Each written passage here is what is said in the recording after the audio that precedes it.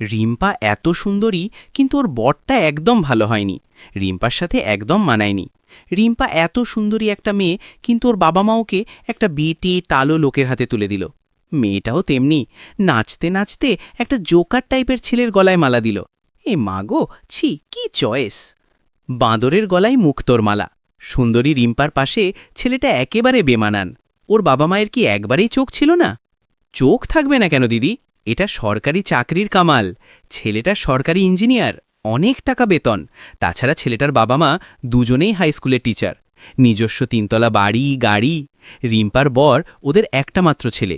এসব সম্পত্তি প্রপার্টি দেখে রিম্পার বাবা মায়ের চোখে ধাঁধা লেগে গেছে। তাই ভালো করে ছেলেকে তাকিয়ে দেখেনি। আর রিম্পাও একই কারণে এই ছেলেকে বিয়ে করতে রাজি হয়ে গেছে। সারা জীবন রানীর হালে থাকবে। রিম্পার বিয়ের দিন বর দেখে উপস্থিত আত্মীয়স্বজনের মুখে এই আলোচনাটাই বারবার ঘুরে আসছে। পাত্রী রিম্পা অত্যন্ত সুন্দরী, শিক্ষিতা একজন মেয়ে। অপরদিকে পাত্র আকাশ রিম্পার তুলনায় বেটে, তার গায়ের রঙও মিশমিশে কালো। এটা দেখে সবাই নিজেদের মতো সমালোচনাতে ব্যস্ত। রিম্পার বান্ধবীরাও বর দেখে অবাক, তারাও নিজেদের মধ্যে সমালোচনা আরম্ভ করে দিয়েছে। রিম্পি কি দেখে ছেলেটাকে পছন্দ করেছে রে শ্বেতা? এটা একটা ছেলে হলো? একদম বাজি দেখতে। এর থেকে তথাগত অনেক ভালো দেখতে ছিল, টল, হ্যান্ডসাম, গুড লুকিং। তথাগতর সঙ্গে রিম্পির 5 বছরের প্রেম। তথাগতর সঙ্গে ব্রেকআপ করে রিম্পি এই বাঁদরটাকে বিয়ে করল। একে পাশে নিয়ে লোকসমাজে বেরোতে পারবে? একদম মিসম্যাচ। আরে জানু, সবচেয়ে বাড়া রূপাইয়া। তথাগত দেখতে গোলাপ ফুল, কিন্তু ওর পকেট গড়ের মাঠ। এদিকে এই আকাশ সেন মালদার আদমি। আমাদের রিম্পিকে কত গয়না দিয়েছে দেখ, পা থেকে মাথা পর্যন্ত গয়নায় মুড়ে দিয়েছে। আরে ভাই, এরকম বরই প্রয়োজন। প্রেম তুই যার তার সাথে করতে পারিস, কিন্তু বিয়ে করতে হলে এরকম মালদার আদমিকেই বিয়ে করতে হবে। রিম্পির বুদ্ধি আছে, ঠিক সময় ঠিক মালের গলায় ঝুলে পড়েছে। আমি হলেও তাই করতাম। একটু কালো আর বেটে হলে কি হয়েছে? সবার সবকিছু কি সমান হয়? বিদেশে হানিমুনে নিয়ে যেতে পারবে, এটাই বড় কথা। শ্বেতার কথা শুনে জাহ্নবী চুপ করে যায়। মনে মনে ভাবে, সবাইকার চিন্তাভাবনা তো সমান নয়। কি আর করা যাবে? আত্মীয় স্বজন, বন্ধু বান্ধব কারোর সমালোচনাকে পাত্তা না দিয়ে হাসি মুখে রিম্পা আকাশকে বিয়ে করে। ফটোগ্রাফারকে দিয়ে বিভিন্ন পোজের ছবি তোলায়। পরের দিন শ্বশুরবাড়িতে রওনা দেয়। আকাশের বাড়িতে রিম্পার জোরদার স্বাগত হয়। জমকালো রিসেপশন পার্টি দেওয়া হয়। রিসেপশন উপলক্ষে রিম্পার আরও এক সেট হীরের গয়নাপ্রাপ্তি ঘটে। ঘিয়ে কালারের জমকালো লেহেঙ্গার সাথে হীরের গয়নায় ঝকমক করে রিম্পা। আকাশের বন্ধু বান্ধব, অফিস কালিগরা ওর স্ত্রী ভাগ্য দেখে ঈর্ষান্বিত হয়। এখানেও কিছু সমালোচনাপ্রিয় মানুষজন সমালোচনা করে, বাদরের গলায় মুক্তার মালা ঝুলছে। তবে আকাশের শুভাকাঙ্ক্ষীরা প্রশংসা করে আকাশের এত সুন্দর বউ প্রাপ্তির জন্য। স্ত্রী গর্বে বুক ফুলে ওঠে আকাশের। আকাশের বাবা মা বিজয়বাবু আর সুমনা দেবী খুব খুশি নিজেদের একমাত্র পুত্রের জন্য একজন সুন্দরী ও শিক্ষিতা বৌমা পেয়ে। আকাশের বিয়ে নিয়ে সুমনা দেবীর অনেক সুপ্ত ইচ্ছা ছিল। অনেক সম্বন্ধ দেখে, অনেক খুঁজে বেছে তিনি ছেলের জন্য এমন রানীর মতো বৌমা এনেছেন, যাতে ভবিষ্যতে তার নাতিনাতিরা দেখতে সুন্দর হয়। তার এই ইচ্ছা পূর্ণ হওয়াতে তিনি মনে মনে অত্যন্ত সুখী হয়েছেন। দেখতে দেখতে বিয়ের 6 মাস কেটে গেছে। মধুচন্দ্রিমার রেশ কেটে এখন সংসারের হাড় কঙ্কালগুলো ধীরে ধীরে প্রকট হচ্ছে।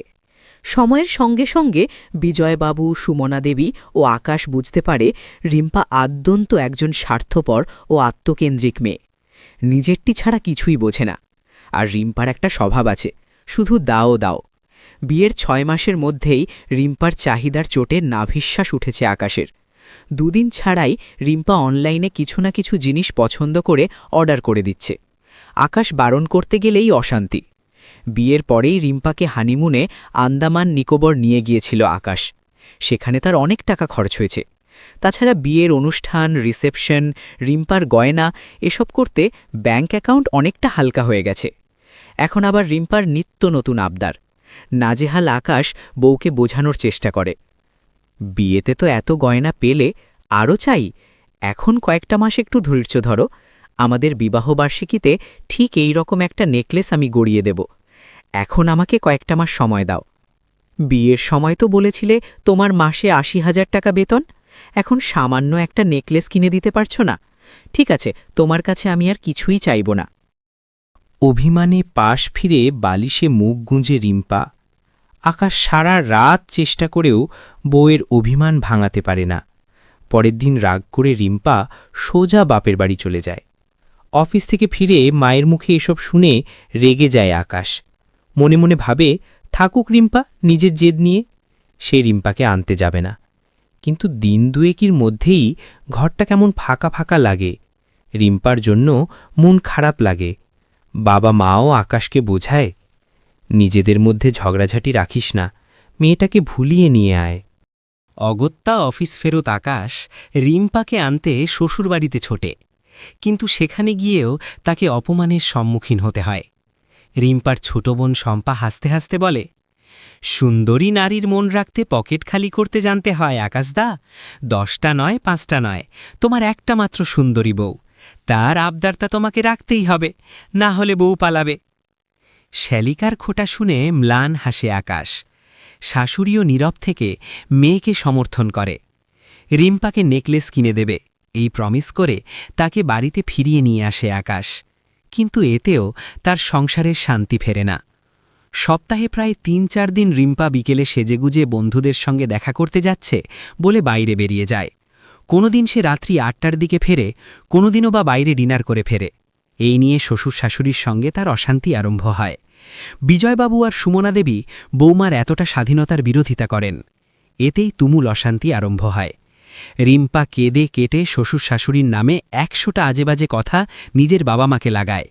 সাথে সাথে রিম্পার বাবা মা এই বাড়িতে চলে আসে। বিজয়বাবু আর সুমনা দেবীকে যা নয় তাই বলে অপমান করে। আপনারা শিক্ষিত লোক হয়ে আমার মেয়ের স্বাধীনতায় হস্তক্ষেপ করছেন? আপনাদের বাড়িতে বিয়ে হয়েছে বলে মেয়েটাকে নিজের বন্ধু বান্ধব আত্মীয় স্বজন বাপের বাড়ি সবাইকে ভুলে যাবে? আপনার ছেলে সারা দিন রাত নিজের কাজে ব্যস্ত থাকে, মেয়েটাকে একটু সময় দেয় না। আপনারা কি ভাবেন আমার মেয়ে শুধুমাত্র আপনাদের সেবা করার জন্য এই বাড়িতে এসেছে? ওকে মানসিক অত্যাচার করবেন না, ওকে নিজের মতো থাকতে দিন। বাড়ির বউ মানে কাজের মেয়ে নয়। কথাগুলো প্রচণ্ড রকম আত্মসম্মানে লাগে বিজয়বাবু ও সুমনা দেবীর। বিশেষত তাদের বাড়িতে এসে তাদেরই অপমান করা। দুপক্ষে তুমুল ঝগড়া আরম্ভ হয়। বাড়ি ফিরে আকাশ এসবের মাঝে পড়ে। একদিকে শ্বশুর শাশুড়ি, অন্যদিকে বাবা মা। বাবা মায়ের অপমান তারও গায়ে লাগে। সে পরিষ্কার স্পষ্ট ভাষায় প্রতিবাদ জানায়, এ বাড়িতে আমার বাবা মায়ের কথাই শেষ কথা, ওদের কথার অবাধ্য হওয়া চলবে না। এ বাড়িতে থাকতে হলে আমার বাবা মায়ের কথা শুনে চলতে হবে, বুঝলে রিম্পা? তাছাড়া বাবা মা অন্যায় তো কিছু বলেনি। আকাশের কথা শুনে রিম্পা প্রচণ্ড রকম কান্নাকাটি আরম্ভ করে। চিৎকার করে বলতে থাকে আকাশ তাকে এই বাড়ি থেকে বেরিয়ে যেতে বলেছে। শ্বশুর শাশুড়ি তাকে নিয়মিত মানসিকভাবে নির্যাতন করেছে। পাড়া প্রতিবেশীরা সব ছাদ থেকে জানালা দিয়ে উকিঝুঁকি মারতে আরম্ভ করে। লজ্জায় মাথা কাটা যায় বিজয়বাবুর। প্রচণ্ড রকম ঝগড়া অশান্তি করে রিম্পা ওর বাবা মায়ের সাথে চলে যায়।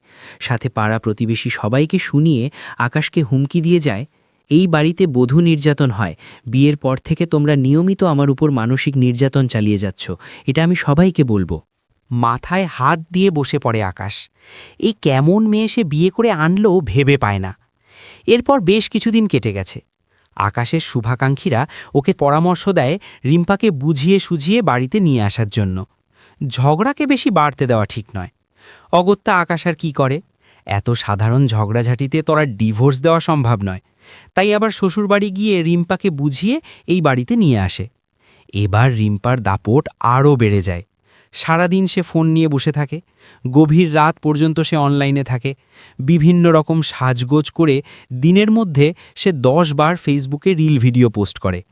বিজয়বাবু আর সুমনা দেবী নীরব দর্শক।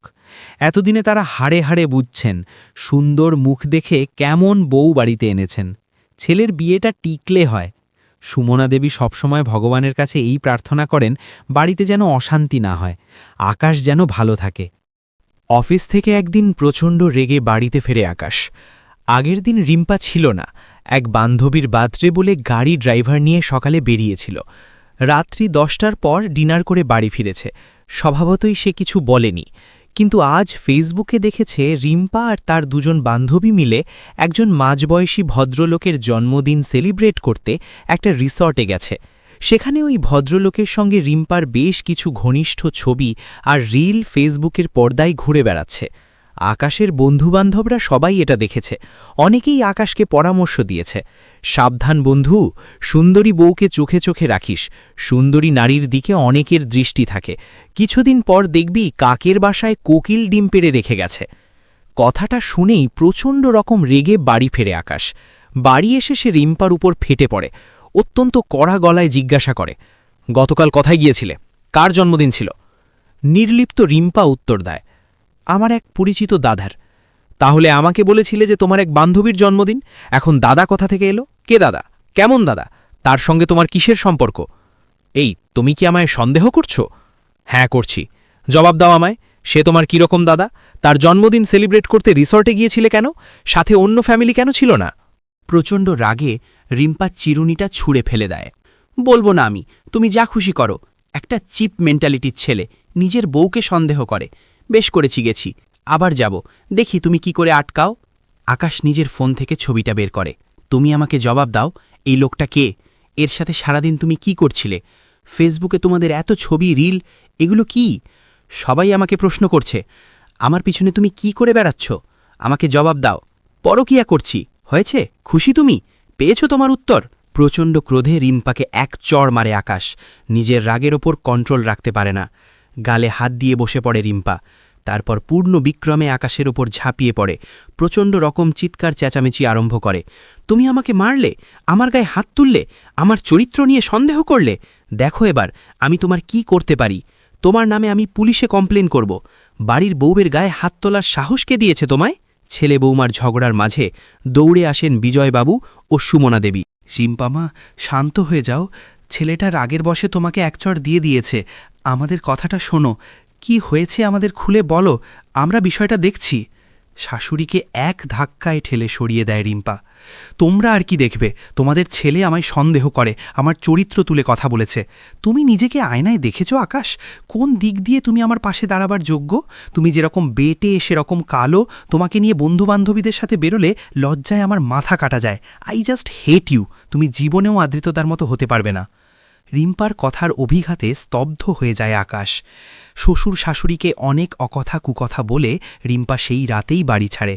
বিব্রত আকাশ রিম্পার বাড়িতে খবর দেয়। ওদিক থেকে রিম্পার বাবা মা আকাশকে অনেক বকাবকি করে। সে রাতটা নির্ঘুম কাটে আকাশ আর ওর বাবা মায়ের। কিন্তু পরের দিন সকালে ওদের বাড়িতে পুলিশ আসে। পুলিশের সাথে রিম্পা আর ওর বাবা মা এসে আকাশ আর ওর বাবা মায়ের বিরুদ্ধে গার্হস্থ্য হিংসা আর বধূ নির্যাতনের অভিযোগ তোলে। আকাশ আর ওর বাবা মাকে অ্যারেস্ট করেন থানার পুলিশ অফিসার। সম্মানের সাথে আজীবন শিক্ষকতা করা বিজয়বাবু ও সুমনা দেবী মাথা নিচু করে পুলিশ ভ্যানে ওঠেন। আকাশের সারা পৃথিবী নিমেষে অন্ধকার হয়ে যায়। নিজেদের সংসার, নিজের চাকরি, পারিবারিক সম্মান কিভাবে বাঁচাবে এসব ভেবে সে নার্ভাস হয়ে পড়ে। বারবার পুলিশ অফিসারের কাছে রিকোয়েস্ট করে নিজের কথা বোঝায়। আপনাদের থানায় যেতেই হবে মিস্টার সেন। বধূ নির্যাতনের অভিযোগ কোনো সোজা কথা না। থানায় চলুন, সেখানে গিয়েই আপনাদের সব কথা শুনব। আকাশ যখন পুলিশ অফিসারদের সঙ্গে কথা বলছে, সেই ফাঁকে রিম্পা তার সমস্ত গয়না, শাড়ি, দামি জিনিসপত্র গুছিয়ে ট্রলি ব্যাগে ভরে নেয়। সব কিছু নিয়ে সে নিজের বাড়িতে ফিরে আসে। আকাশ আর ওর বাবা মা থানায় যায়। থানার বড়বাবু দুপক্ষের বক্তব্য শোনেন। অভিজ্ঞ পুলিশ অফিসার সঙ্গে সঙ্গে বিষয়টার সত্যতা বুঝতে পারেন। আমি আপনার পরিস্থিতি বুঝতে পারছি আকাশবাবু, কিন্তু আমার কিছু করার নেই। আপনি ম্যাডামের গায়ে হাত তুলেছেন, এই কথাটা তো সত্য, এটাই আপনার বিপক্ষে যাবে। আপনাকে তো সব কিছু বললাম অফিসার, সব প্রমাণও দেখালাম। এসব দেখে মাথা গরম হয়ে গিয়েছিল, তাই নিজের রাগ কন্ট্রোল করতে পারিনি। আপনার স্ত্রীর পরকীয়ার কোনো প্রমাণ আপনি দেখাতে পারবেন? শুধু আপনি তাকে সন্দেহ করেন, এই কথাটা কিন্তু কোর্টে ধোঁপে টিকবে না। উপযুক্ত প্রমাণ চাই। আকাশ মাথাটা নামিয়ে নেয়। সত্যি এ বিষয়ে তার কাছে কোনো প্রমাণ নেই। আকাশবাবু, ম্যাডামের সাথে কথা বলুন। ম্যাডাম কি চাইছে দেখুন। ম্যাডামের প্রত্যাশা মতো সব কিছু করে কেসটা মিটিয়ে নেওয়ার চেষ্টা করুন। গার্হস্থ্য হিংসার, বধূ নির্যাতনের কেসে আমাদের কিছু করার নেই। আপনি জামিন পাবেন না। পুলিশ কাস্টাডি না হলে জেল কাস্টাডি হবে। আপনার বয়স্ক বাবা মাকে নিয়েও টানাটানি হবে। আউট অফ কোর্ট সেটেলমেন্টের চেষ্টা করুন। এটা আমার পরামর্শ। আপনাকে দেখে আমার বধূ নির্যাতনকারী বলে মনে হয় না বলেই এই পরামর্শ দিলাম। আকাশ নিজের মামাতো ভাই সুদীপকে ফোন করে থানাতে ডেকে পুরো বিষয়টা বলে। সুদীপ একজন উকিল ঠিক করে তার সাথে পরামর্শ করে উকিলকে রিম্পাদের বাড়িতে নিয়ে গিয়ে রিম্পার সাথে ওর বাবা মায়ের সাথে কথা বলে। স্পষ্ট ভাষায় রিম্পা জানায় সে আকাশকে ডিভোর্স দেবে, কিছুতেই আকাশের সাথে সংসার করবে না। অভিজ্ঞ উকিল রিম্পার দিকে তাকিয়ে ডিল ফাইনাল করে নেন। আপনার কি ডিমান্ড বলুন ম্যাডাম? কত টাকা পেলে আপনি কেসটা তুলবেন? কত টাকা পেলে আপনি আকাশ স্যারকে ডিভোর্স দেবেন? আপনি আমার টাকা দেখাতে এসছেন? চাই না আমার কোনো টাকা, আমি ওদের শাস্তি চাই। ওরা 3 জন জলের ঘানি টেনে মরুক, তাহলে আমি শান্তি পাব। ক্ষোভে ফেটে পড়ে রিম্পা। শান্তি পেলেও আপনি টাকা পাবেন না ম্যাডাম। আকাশ স্যার জেলে থাকলে ওনার চাকরি চলে যাবে, এদিকে কেসও দীর্ঘদিন ধরে চলবে। আপনার পক্ষে বিচারক রায় দিলেও আপনি ঠিকঠাক অ্যালিমনি পাবেন না, কারণ আকাশ স্যারের যদি চাকরি না থাকে তাহলে আর্থিকভাবে আপনি বঞ্চিত হবেন। রিম্পার সাথে ওর বোনের চোখে চোখে কথা হয়, তারপর রিম্পা উকিলের পরামর্শ মেনে নেয়। মোটা টাকা খেসারত দিয়ে আকাশ আর তার বাবা মা অভিযোগ থেকে মুক্তি পায়। এরপর মিউচুয়াল ডিভোর্সের কেস চলে। ডিভোর্স দেবার জন্য রিম্পা আকাশের কাছে মোটা টাকা নেয়, সাথে মাসে মাসে অ্যালিমনি তো আছেই। মাথা নিচু করে সব শর্ত মেনে নেয় আকাশ, কারণ ভদ্রলোকের সম্মানটাই সম্বল। সুন্দরী স্ত্রী বিয়ে করার খেসারত সে দেয়। উফ তথাগত, ছাড়ো না, একদম দুষ্টুমি করবে না। কেন ছাড়ব? এতদিন পর তোমায় নিজের করে পেয়েছি, এখন একদম ছাড়ব না। বাই দ্য ওয়ে, তোমার কি নিজের বরের কথা মনে পড়ছে সোনা? বিছানা থেকে ছিটকে উঠে বসে রিম্পা। কি যে বলো না তুমি, ওই কেলে বাঁদরটার কথা মনে করিও না আর। কি কষ্টে যে ওকে সহ্য করতাম তোমাকে কি বলবো। মনে হতো শরীরের ওপর একটা কালো পোকা ঘুরে বেড়াচ্ছে। শুধু তোমার মুখ চেয়ে ওই মা লড়াটাকে 1 বছর সহ্য করেছি তথাগত, এখন আর ওর কথা মনে করিও দিও না। Let's enjoy. বাট রিম্পা, আমাদের এই এনজয়মেন্ট ওই কেলে পোকাটার টাকাতেই হচ্ছে। আকাশ টাকা দিচ্ছে বলেই আজ তুমি লাখপতি। তো এই কথাটা কি আমাকে সারা জীবন মনে রাখতে হবে? ডিভোর্স হলে বউকে তো টাকা দিতেই হয়। বেচারা আমার জীবন নষ্ট করেছে, তার মূল্য তো ওকে দিতেই হবে। হো হো করে হাসে তথাগত। কেমন প্ল্যানটা করেছিলাম বলো? বেচারা সুন্দরী মেয়ে দেখে পুরো বোল্ড আউট হয়ে গিয়েছিল, এখন প্রত্যেক মাসে মাসে সেই লোভের টাকা গুনছে। তথাগতর গলা জড়িয়ে ধরে হাসিতে ফেটে পড়ে রিম্পা। ব্লাডি ফুল, আমার অভিনয়টা একদম ধরতেই পারেনি, সব সময় মুখের দিকে হা করে তাকিয়ে থাকত। আমার প্রতি মালটা খুব দুর্বল ছিল, সেই জন্য আমি অনেক গয়নাও হাতিয়ে নিয়েছি। আকাশের টাকায় আমাদের জীবনটা খুব ভালোভাবেই কেটে যাবে তথাগত। বেবি, এসব কথা এখন ছাড়ো, লেট সেলিব্রেট আওয়ার সাকসেস। অট্টহাসিতে ফেটে পড়ে তথাগত আর রিম্পা দুজনেই। প্রিয় বন্ধুরা, এতক্ষণ সাথে থেকে গল্পটা শোনার জন্য অশেষ ধন্যবাদ। গল্পটা ভালো লাগলে একটা লাইক, কমেন্ট ও শেয়ার করে দেবেন। আর পরবর্তীতে আরও এরকম নিত্য নতুন গল্প শুনতে চাইলে আমার চ্যানেলটি সাবস্ক্রাইব করে সাথে থাকুন। ভালো থাকবেন সবাই, ধন্যবাদ।